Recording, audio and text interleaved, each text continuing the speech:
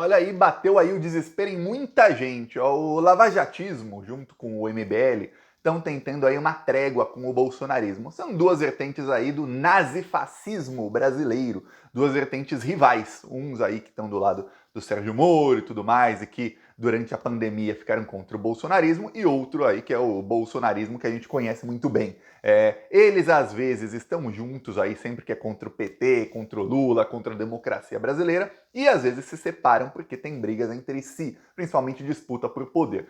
Pois bem, eis que agora eles estão juntos e decidiram que o tema deles agora é tentar golpe no STF. Eles perceberam aí em reuniões conjuntas que o problema aí da estratégia toda de golpe do Bolsonaro foi que ele não conseguiu acabar com o Supremo Tribunal Federal. Não acabando com o STF, alguns militares ficaram com medo, outros não foram porque também estavam com receio, porque não foram incentivados o suficiente, e aí ele não conseguiu dar golpe de Estado. O pessoal do Sérgio Moro, do MBL, que também aí tentou acabar com a democracia do Brasil, apoiaram o golpe de 2016, aliás, foram aí estrelas do golpe de 2016, os principais responsáveis que a imprensa tratava aí como popstars, eles também perceberam que o que deu ruim aí para os planos deles foi que o STF não deixou, a partir de determinado momento, que uma série de medidas que eles tentaram fossem implantadas. Então, eles tiveram problemas. Pois bem, eis que, ao mesmo tempo, o Kim Kataguiri, que é o líder aí do MBL, ele diz que o TCC, o trabalho de conclusão de curso dele no instituto que ele está fazendo, está estudando, vai ser sobre ataques do STF, vai ser sobre como o STF está pegando, usurpando as funções do poder legislativo, ou seja, ele vai atacar o Supremo Tribunal Federal na defesa de tese dele ali. Esse é o nível aí. Ao mesmo tempo, o Bolsonaro volta a atacar o Supremo Tribunal Federal duas vezes. Uma eu mostrei aqui anteriormente, em que o Bolsonaro fala aí que o Alexandre de Moraes quer tirá-lo da política e que está ganhando por enquanto. Isso foi na esteira da declaração do Valdemar da Costa Neto, que disse que, olha, os ministros do STF vão se arrepender muito lá na frente de terem mandado a Polícia Federal na casa do Bolsonaro um dia. E você vê isso e fala, opa, peraí. Estão ameaçando aí. E agora o Bolsonaro vai, né, no Instagram dele aí, para milhões de seguidores, ele pega um trecho de uma declaração que ele deu ontem, ou seja, final de semana, muita gente aí falando de futebol, da final da Libertadores, outros aí falando sobre São Paulo tá sem luz, e o Bolsonaro, sobre tudo ali que ele falou, ele preferiu pegar o tema ataque ao STF. O Bolsonaro novamente questionou aí as urnas. Obviamente, ele faz de maneira indireta, mas para bom entendedor, menos de meia palavra basta. E olha aqui um trecho. Você vai nas redes sociais do Bolsonaro, você vem aqui, ó, tem ataque ao Haddad, dizendo aqui, ó, impostos. Eles estão tentando colocar a narrativa de que o Lula está aumentando impostos como jamais antes na história e que o Lula quebrou o Brasil. É essa a narrativa que eles estão tentando emplacar. Então a primeira coisa ele coloca: imposto sobre benefícios estaduais é a nova aposta de Haddad para aumentar a arrecadação. Aí tá. E aí ele põe isso aqui, ó. E ele ainda faz, ó, siga nosso canal de WhatsApp. Por isso que eu falo, siga o Plantão Brasil no WhatsApp. Eu já vi time de futebol ser campeão sem torcida. Agora, o cara se eleger presidente, governador, sem público é a primeira vez. Voltando. Eu já vi time de futebol ser campeão sem torcida. Agora, o cara se eleger presidente, governador, sem público é a primeira vez. Ou seja, ele tá insinuando aí que teve problema, porque olha, o cara se elege presidente ou governador sem povo, isso eu nunca tinha visto. Quer dizer, para se eleger sem povo é porque fraudou a eleição. Isso aí ele tá dando aí o chamado apito de cachorro para os bolsominions mais aí estridentes, para os mais golpistas, que é o seguinte, ó, voltamos aí a defender. A pauta é essa, viu? A pauta é falar que teve fraude na eleição e agora o próprio chefe da quadrilha aí fazendo a insinuação para todo mundo ver. Isso depois ele falar que essa vitória aí que o Alexandre de Moraes está tendo é por enquanto, e depois do parceiro dele, chefe do partido dele, dono do partido dele, falar que os ministros do STF vão se arrepender muito. Ou seja, tem aí a ameaça de que vão se arrepender, tem aí a ameaça de que essa vitória é por enquanto, e tem aí agora ele voltando a falar sobre as urnas. Isso quando o MBL está fazendo um congresso em que o Sérgio Moro foi lá e também atacou o Supremo Tribunal Federal. E aí você fala, pô, peraí, Então as forças aí nazifascistas estão se unindo e aí a imprensa noticia. Alguns outros canais aqui no YouTube também falaram isso, ó, o Portal do José, o Blog da Cidadania. A imprensa também está noticiando que o grande foco do bolsonarismo é a disputa para o Senado em 2026. Inclusive, eles querem aí a Michelle Bolsonaro concorrendo ao Senado já agora, porque aí sobram mais 2 vagas para eles lá em 2026, porque a chance dela ganhar se ela concorrer no Senado no Paraná ou em Santa Catarina é muito grande agora, já em 2024. E aí é uma senadora a mais ali para o projeto deles, que é o seguinte: eles querem ter uma maioria no Senado para poder ali bancar o impeachment de ministros do STF para mudar a composição do Supremo Tribunal Federal. Tendo uma maioria no Senado, eles também conseguem travar o governo, mesmo o Lula se reelegendo, ou enfim, sendo um governo de esquerda, eles conseguem travar o governo, porque aí toda e qualquer nomeação de juízes, ministros de cortes superiores, ministros do Tribunal de Contas da União, embaixadores, enfim, uma série de cargos aí que você puder imaginar, em estatais e tudo mais, e isso tem que ser aprovado pelo Senado. E aí o Senado não aprova nada, se eles tiverem maioria. Em 2026 serão 2 senadores eleitos por estado, então o bolsonarismo está crescendo muito no Senado, eles acreditam que eles conseguem aí se juntar aí a parte do centrão e conseguem ter uma maioria no Senado já em 2026, porque 2/3 do Senado será renovado. É uma eleição que não é como para deputado, que o cara, eu tenho ali meus tantos votos ali, meu curral eleitoral, eu vou me eleger, custe o que custar, que é o que acontece com esse pessoal do Centrão. No Senado, não. É uma eleição que são vários ali, só os 2 primeiros entram. Então, pro bolsonarismo é muito fácil emplacar um dos 2 primeiros, em alguns estados emplacar os 2, o primeiro e o segundo, alinhados aí ao projeto deles. Então, tá aí vindo uma senha golpista. E o Alexandre de Moraes está furioso.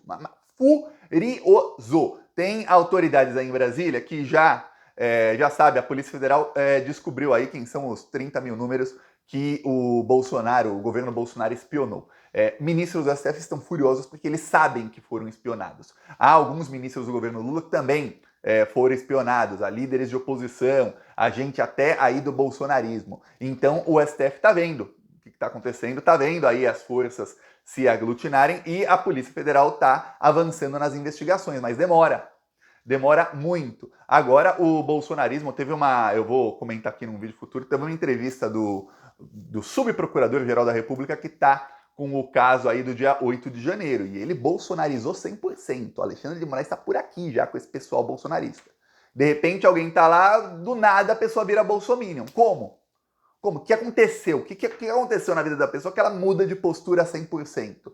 O Carlos Frederico Santos, que chegou até a ser cotado para a PGR, chegou e falou que, olha, eu não tenho como oferecer denúncia contra o Bolsonaro aqui, porque não tem nada contra ele. Como assim? A Polícia Federal descobriu que o cara vendeu joias, que o advogado dele recuperou as joias, tem a delação contra ele, tem tudo. Aí o procurador do caso, que foi designado, lembre-se, pelo Augusto Aras e mantido agora pela Eliseta Ramos, chega e fala, não tem nada para eu pedir a prisão dele ou para apresentar denúncia contra o Bolsonaro agora não, viu? A gente está investigando. Eu vou fazer mais diligências para ver se acha alguma coisa. Peraí, o Alexandre de Moraes está irritadíssimo, furioso. Então, se a Polícia Federal pedir a prisão do Bolsonaro, tem uma chance grande do Alexandre falar, aprende aí para dar uma lição para esse procurador. Porém, ainda segue aí, muita gente segue dizendo o seguinte, estão esperando o Lula indicar o Procurador-Geral da República. O Lula está sob uma pressão muito maior agora, porque, olha só, está tendo uma guinada agora na PGR, eles foram para cima dos bolsonaristas, mas estão fazendo parecido com o que o Augusto Aras fazia, porém numa proporção diferente, que é ir para cima dos bolsonaristas e poupar o Bolsonaro. Então, só que agora eles estão indo muito para cima dos bolsonaristas, dando encaminhamento a tudo que é denúncia contra os bolsonaristas. Assim, digo até, comparado com outros procuradores, até em tempo recorde, as investigações estão tramitando rapidamente quando alguém comete crime de homofobia, transfobia, defendendo pedofilia, esse tipo de coisa que os bolsonaristas fazem direto, está indo rápido na PGR. Mas contra o Bolsonaro estava indo e agora chegou o momento em que o investigador do caso parece que ou ele está despistando ou parece que ele paralisou. Mas, de qualquer maneira, os ministros da STF agora vão se se unir novamente, estão se unindo exatamente para enfrentar essa nova tentativa de golpe. E você vê que, sem ter maioria ainda no Senado, os bolsonaristas já seduziram o Rodrigo Pacheco, dizendo que ele pode ser prefeito de Belo Horizonte, que ele pode aí alçar voos maiores na política muito em breve, se tiver apoio do bolsonarismo. E aí o Rodrigo Pacheco começou a endossar parte dos ataques ao Supremo Tribunal Federal. E você vê, pô, pera, ainda é governo Lula. Ainda, eu quero dizer, espero que continue sendo aí pelos próximos 7 anos. Mas, governo Lula, Lula tem a máquina estatal, Lula está pacificando tudo, conseguiu maioria agora na Câmara dos Deputados, e aí, mesmo assim, o Senado já está fazendo ataques ao STF. Imagina quando renovar o Senado e tiverem mais senadores bolsonaristas. Aí vai ficar um Deus nos acuda. Não pode dar poder para esse pessoal. Só que, enquanto isso, tem ministros do STF, como o Gilmar Mendes, que fortalecem o bolsonarismo. Porque quando eles fortalecem o Centrão, eles enfraquecem o governo, eles fortalecem o bolsonarismo, que se une ao Centrão sempre que é bom para o Centrão e para o bolsonarismo. Eles se unem. Então, tem gente aí no STF que está precisando, e tem ministros que já perceberam isso. Tem gente no STF, o Gilmar Mendes é um deles, que está precisando aí olhar um pouquinho o panorama todo para ver o perigo que eles estão correndo novamente. O Gilmar Mendes foi um dos que mais plantou o golpe de 2016 e depois foi um dos que quase se ferrou quando a Lava Jato começou a ir para cima dele. Ele ia ser o primeiro ali a ser comido pela Lava Jato, primeiro do STF. Hoje ele vai lá para cima do lavajatismo e tudo mais, mas olha só, quer ir para cima também do bolsonarismo e tudo mais, mas olha só, esse pessoal já está se unindo novamente para atacar aos ministros do STF. Ele é o primeiro, viu? É o primeiro que vão tentar derrubar, é ele, é o Gilmar. E, obviamente, junto do Alexandre de Moraes, que sempre foram os alvos da Lava Jato e depois do bolsonarismo. Aí, olha só, enquanto isso, o Lula está aí articulando porque ele tem uma indicação para fazer. Ele está sob pressão, ele disse que agora em novembro, ele deve indicar as 2 vagas ao mesmo tempo. Vai indicar o PGR e ministro do STF ao mesmo tempo. Assim, no mesmo dia vai ser indicação em dobradinha. Muitos aí estão esperando que seja o Flávio Dino, muitos aí esperando que seja o Jorge Messias. Qualquer um dos dois que for, o Lula vai ter que fazer mudanças no governo. Se for o Flávio Dino, ele provavelmente vai fatiar em 2 o Ministério da Justiça, criando o Ministério da Segurança Pública e um vai ser o Ministério da Justiça. Se for o Jorge Messias, também espera-se aí que o Flávio Dino acabe saindo do Ministério da Justiça, porque tá rolando uma notícia que o Flávio Dino tá com um problema de saúde e que ele chegou a avisar o Lula que se ele não for para o STF, ele não pode ficar no Ministério da Justiça, ele vai voltar para o Senado. Ele é senador. Porque no Ministério da Justiça ele tá tendo trabalho demais, ele não consegue cuidar da saúde. Não sei, realmente, o Flávio Dino não confirmou essa conversa, nem o Lula. Então, conversa aí saiu na Veja. Saiu na Veja. Também um negócio assim que credibilidade passou longe. Então, não dá para saber se é verdade ou não. Mas tá na iminência do Lula indicar. Aí ele faz uma reformulação ali e, se for o Flávio Dino, vai mudar quem é o chefe da Polícia Federal, mas a Polícia Federal vai continuar indo aí. O importante é o seguinte, ele vai indicar o novo Procurador-Geral da República, que vai designar uma nova pessoa para o inquérito do dia 8 de janeiro. Porque até agora a Polícia Federal está sozinha nesse inquérito. E eu até cheguei a falar aqui, ó, agora a PGR passou a ajudar. Passou a ajudar por 1 ou 2 semanas, aí vem lá o procurador do inquérito e dá uma declaração que todo mundo na Polícia Federal, os ministros do STF ficaram todos assim, hã? O quê? O quê? Você tá falando que não tem nada? Depois de tudo aí que já tem. Tem prova que o cara vendeu joia, que o cara recuperou a joia. Tem provas. Tem provas de que ele ordenou ali o cartão de vacinação, tem mensagens provando esquemas de corrupção, e aí o cara vai lá e fala que não vou apresentar denúncia porque não tem elemento para isso. Se ele ainda falasse, olha, eu estou esperando mais elementos, porque o que tem aqui, ó, estou construindo aqui a denúncia e tal, você ainda fala, pô, tem muita coisa, vai ter mais. Mas não, o procurador que acaba de assumir a investigação chega e fala, não sei não, ó. Peraí.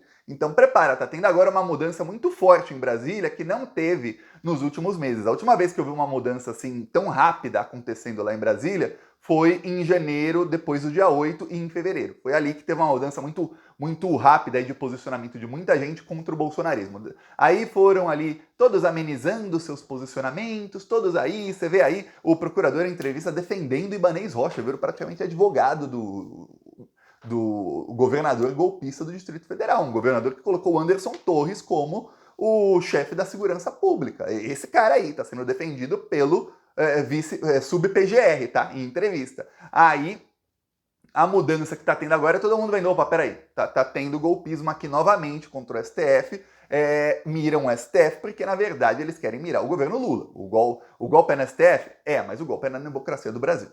E hoje o presidente eleito democraticamente é o Lula. Então, veja o que está acontecendo aí. Ó, não sou só eu, Thiago, falando. Se você for em outros canais do YouTube, se você for a outros analistas aí, até que escrevem e tudo mais, você vai ver muitos falando bem parecido com o que eu estou falando aqui. Ó, eu estou falando há algumas semanas, eu estou narrando aqui o que está acontecendo. Lembra que no último feiradão eu falei, ó, o Senado está começando, já pautou aí algumas votações. Pautou, depois pautou para outra semana, estão enrolando até hoje, mas as forças golpistas estão se aglutinando, ou seja, estão cada vez maiores ali na extrema-direita. Não são maioria? Não são.